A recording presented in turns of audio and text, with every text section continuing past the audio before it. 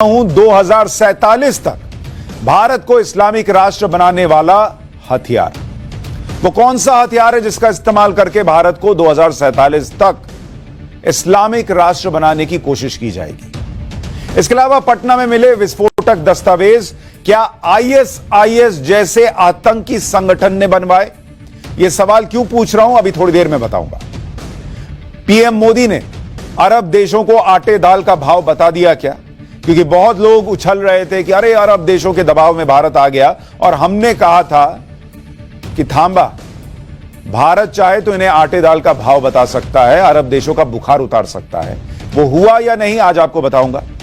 साथ ही इस वक्त देश में कमोबेश वही हो रहा है जिसके बारे में हम आपको पाठशाला में लगातार आगाह कर रहे थे। हमने आपको बताया था कि कैसे मुसलमानों का इस्तेमाल किया जा रहा है, कैसे मुसलमानों को भड़काया जा रहा है, और यह पूरी प्लानिंग के साथ हो रहा है। यह मैंने आपको पिछली पाठशाला में बताया था, कई बार बताया था। क्योंकि देश जिस तरह से तरक्की कर रहा है, जिस तरह से आतंकवादी कश्मीर से आगे नहीं बढ़ पा रहे। एक जमाना था ना भाई, देश भर में ब्लास्ट हो जाता था, लोग फोन करके पूछते थे अरे फलाने जगह ब्लास्ट हुआ है, तुम ठीक तो हो?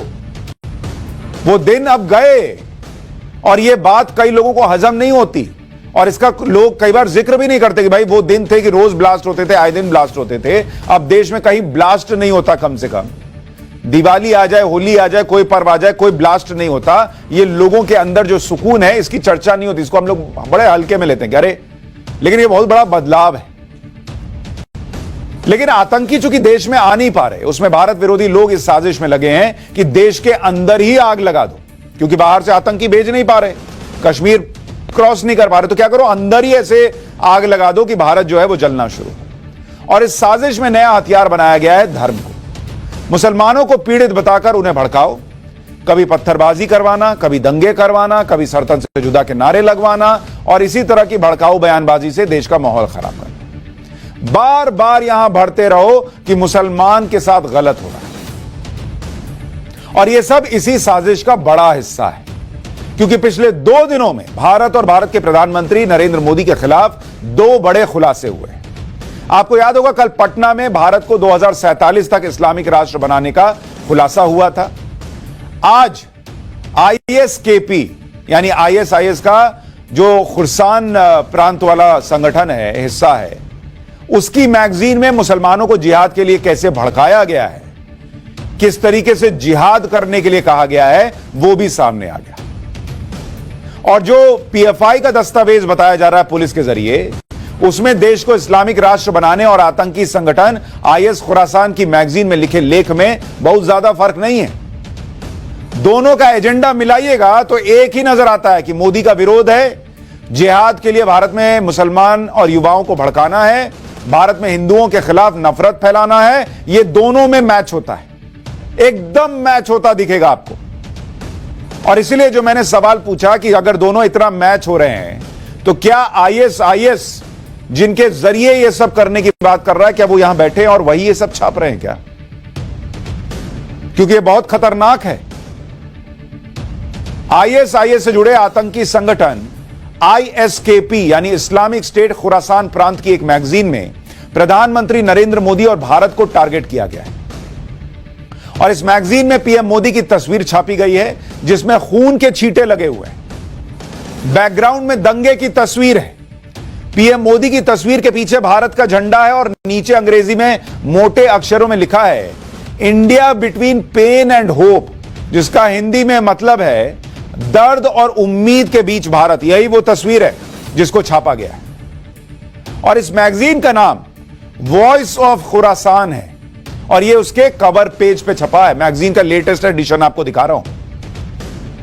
आतंकी संगठन आईएसकेपी की इस मैगजीन में लिखा क्या है, यह भी आपको जानना चाहिए। इस्लाम ने हिंद यानी भारत के लोगों को भद्दी विचारधारा से मुक्त कराना शुरू किया था, यह इसमें बताया गया।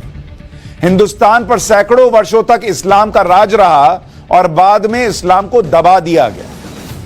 आज के दौर में भारत में बेकार विचारधारा है, यह इसमें लिखा गया है। और विचारधारा इनको क्यों बेकार लग रही है? इनके मुताबिक ये इसलिए बेकार है क्योंकि यहां लोग पत्थर और गाय को पूजते।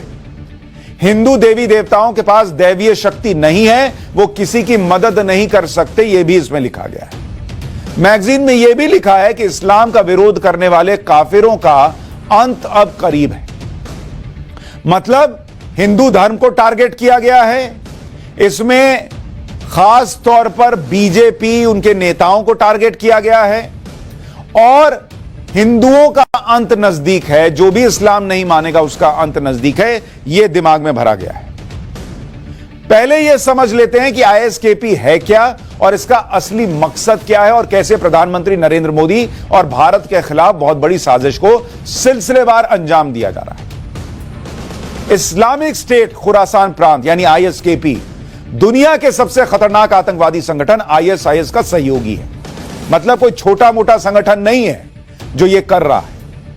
और आईएसआईएस अब भारत को निशाना बनाने जा रहा है, भारत के अंदर जो मुसलमान हैं उनके जरिए निशाना बनाने जा रहा है, यह उसकी तस्दीक कर रहा है।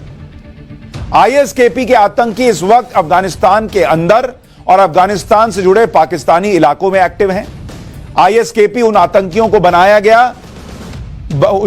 के जरिए बनाया गया आतंकी संगठन है जो भारत समेत दक्षिण एशिया के देशों से सीरिया, इराक में आईएसआईएस के लिए लड़ने गए थे। जब सीरिया और इराक में युद्ध के बाद आईएसआईएस का एक तरह से खात्मा हुआ तो वहां लड़ने गए आतंकी भागकर अफगानिस्तान आ गए।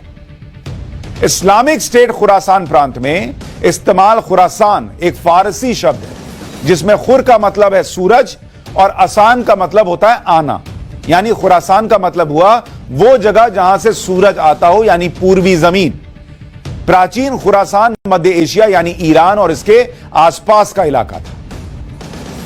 लेकिन कोई इस आईएसआईएस से यह पूछे कि अगर हिंदुस्तान में मुसलमानों को बताया जा रहा है कि वो सो कॉल्ड मुसीबत में हैं, दबाए गए हैं, कुचले गए हैं, तो भाई तुमने आईएसआईएस तो वहां बनाई जहां सिर्फ मुसलमान ही थे, ना मोदी, ना बीजेपी, ना हिंदू, कोई नहीं था।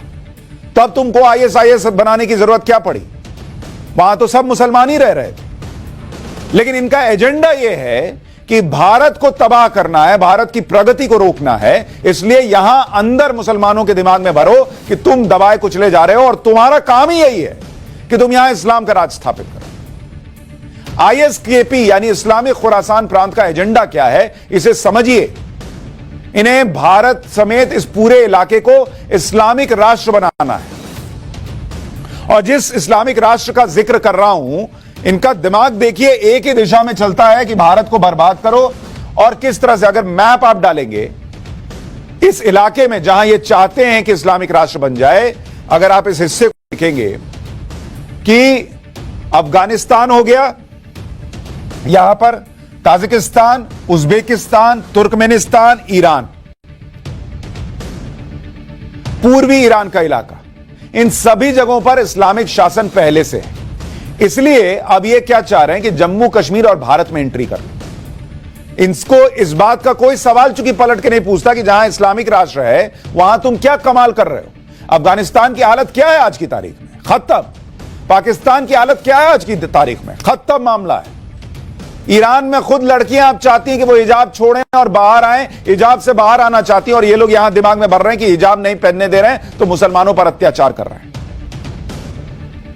इससे पहले भी आईएसकेपी ने अपनी मैगजीन वॉइस ऑफ हिंद में भारत का नक्शा दिखाकर गजवाए हिंद की तैयारी का ऐलान किया था। यह वो नक्शा है, अगर आप देखेंगे, प्रिपरेशन ऑफ गजवाए हिंद। इसको जूम करके दिखाइए। ये पिछली मैगजीन है the voice of Hind, Ramzan उस वक्त आई थी।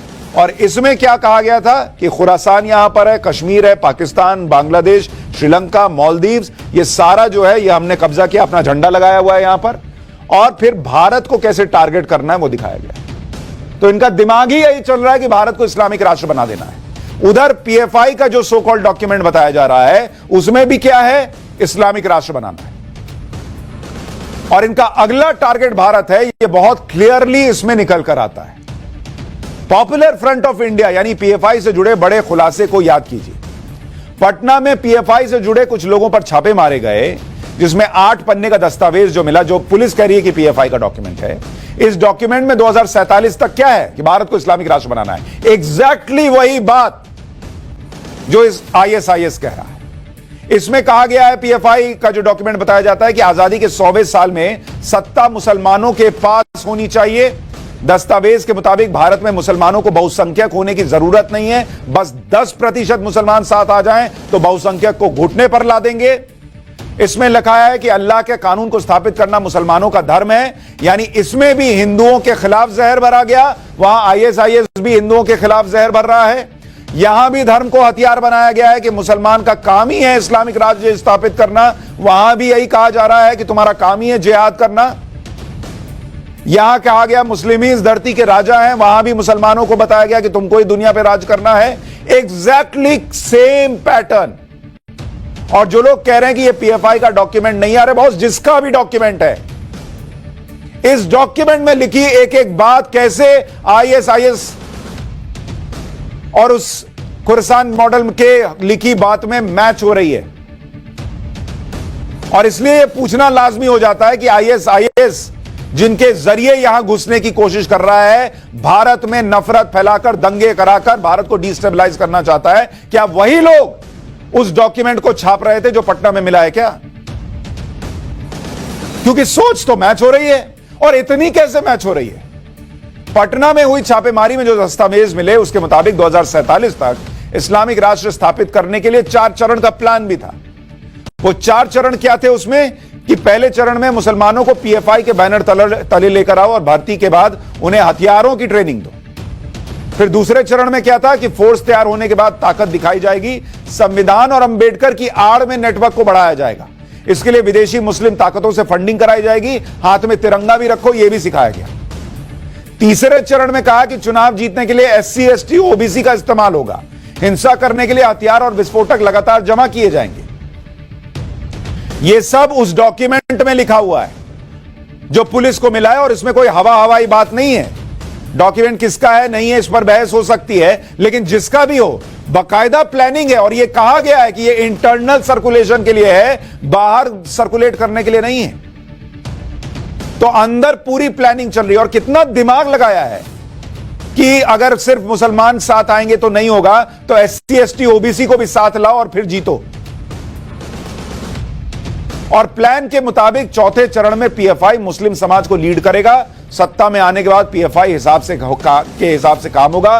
पुलिस और सेना में पीएफआई के लड़ाके भर्ती कराए जाएंगे, और जो इसका विरोध करेगा उस पर एक्शन होगा। प्लानिंग सोचिए कितनी खतरनाक है कि पीएफआई नाम लिखा है इसलिए कह रहा हूं, बाकी जांच में जो आए, लेकिन उसके लोग शामिल होंगे, उनको ट्रेनिंग देंगे और उसके बाद सेना में भेज देंगे और पुलिस में भेज देंगे ताकि देश को कमजोर किया जा सके। भयंकर प्लानिंग है बॉस। और जो दुष्प्रचार भारत में बैठे कुछ लोग करते हैं कि मुसलमानों पर अत्याचार हो रहा है, वैसी ही बातें आतंकी संगठन आईएसकेपी भी कर रहा है। उसकी मैगजीन में हाशिमपुरा, गुजरात और दिल्ली हिंसा का जिक्र किया गया। इन जगहों पर हिंसा के लिए हिंदुओं को जिम्मेदार ठहराया गया है। यही बात आप सुनते भी हैं। यहां कुछ लोग यही बात बताते हैं कि मुसलमानों पर अत्याचार हो रहा है, दंगे जो हुए वो एक तरफा हो गए, उनको मार दिया, हिंदुओं को बचा लिया। ये सारी चीजें सेम जो बातें नैरेटिव में आती है वही चीज वहां है। मुसलमानों को सिर्फ अरेस्ट किया, हिंदू को नहीं किया। वही जो बातें कही जाती हैं सेम वहां लिखा है। कश्मीर के बारे में कहा गया कि वहां हिंदुओं की सरकार मुसलमानों के खिलाफ सरकार प्रायोजित आतंकवाद कर रही है। सेम वही बात जो आप यहां कुछ लोगों को कहते सुनते हैं। इसमें लिखा गया है कि मुसलमानों की आबादी 20 करोड़ होने के बाद भी हिंदू उनके ऊपर इसलिए अत्याचार कर रहे हैं क्योंकि उन्हें जिहाद के बदले अमन पसंदी को चुना है। हिंदू अत्याचार कर रहे हैं। वो जो शोभा यात्रा में गए जिनके हाथ में तलवार थी, वो पत्थर खा के लौटे, उन्होंने तलवार नहीं चलाई। सर तन से जुदा के नारे करके सर तन से जुदा कर भी दिया तो भी हिंदू सड़क पर आकर हनुमान चालीसा गा रहा है। और यहां हिंदू को कह रहे हैं कि हिंदू अत्याचार कर रहा है क्योंकि मुसलमान ने जिहाद के बदले अमन चुन लिया। अगर जिहाद करते तो यह नहीं होता। मुसलमानों को जिहाद के लिए भड़काते हुए लिखा गया है कि अगर हिंदू सुरक्षित रहेंगे तो मुस्लिम सुरक्षित नहीं रहेंगे। क्यों भाई? क्यों मुस्लिम सुरक्षित नहीं रहेंगे? अभी तक मुसलमान नहीं रह रहे हैं, मुसलमानों की आबादी नहीं बढ़ी। मुसलमानों पर क्या अत्याचार हुआ? उनको घर नहीं मिल रहा, उनको टॉयलेट नहीं मिल रहा, उनका अकाउंट नहीं खुल रहा, उनके अकाउंट में पैसे नहीं जा रहे, उनको राशन नहीं मिल रहा। क्या नहीं हो रहा मुसलमान के साथ? लेकिन यही बात दिमाग में बढ़ते हैं और यही चीज यहां कुछ लोग करते हैं। आज भी शो में एक आदमी आकर कह रहा था कि देखिए मुसलमान को कुछ नहीं मिलता इस देश में, मुसलमान जो है उस अत्याचार हो रहा है। गिनाया कि तीनों खान शाहरुख, सलमान, आमिर खान मुसलमान नहीं है क्या? जिन्हों की फिल्में नहीं चलती हैं, हिट नहीं होती हैं, सुपर डुपर हिट होती हैं। इंडियन टीम में मोहम्मद शमी नहीं खेल रहा है क्या? इरफान पठान नहीं खेला है क्या? क्या होता है? सेना में मुसलमान नहीं जाते हैं क्या? मेरे दफ्तर में मुसलमान काम नहीं करते हैं क्या? आपके दफ्तर में मुसलमान काम नहीं करते हैं क्या? आपके घर पे आजकल ऐप से भी बुक कीजिए, मुसलमान आपके घर में नहीं आता है कोई सर्विस देने के लिए क्या? हिंदू सुरक्षित रहेंगे तो मुसलमान सुरक्षित नहीं रहेगा, क्या लॉजिक है? लेकिन भर दे रहे हैं और कुछ लोग मान भी जाएंगे।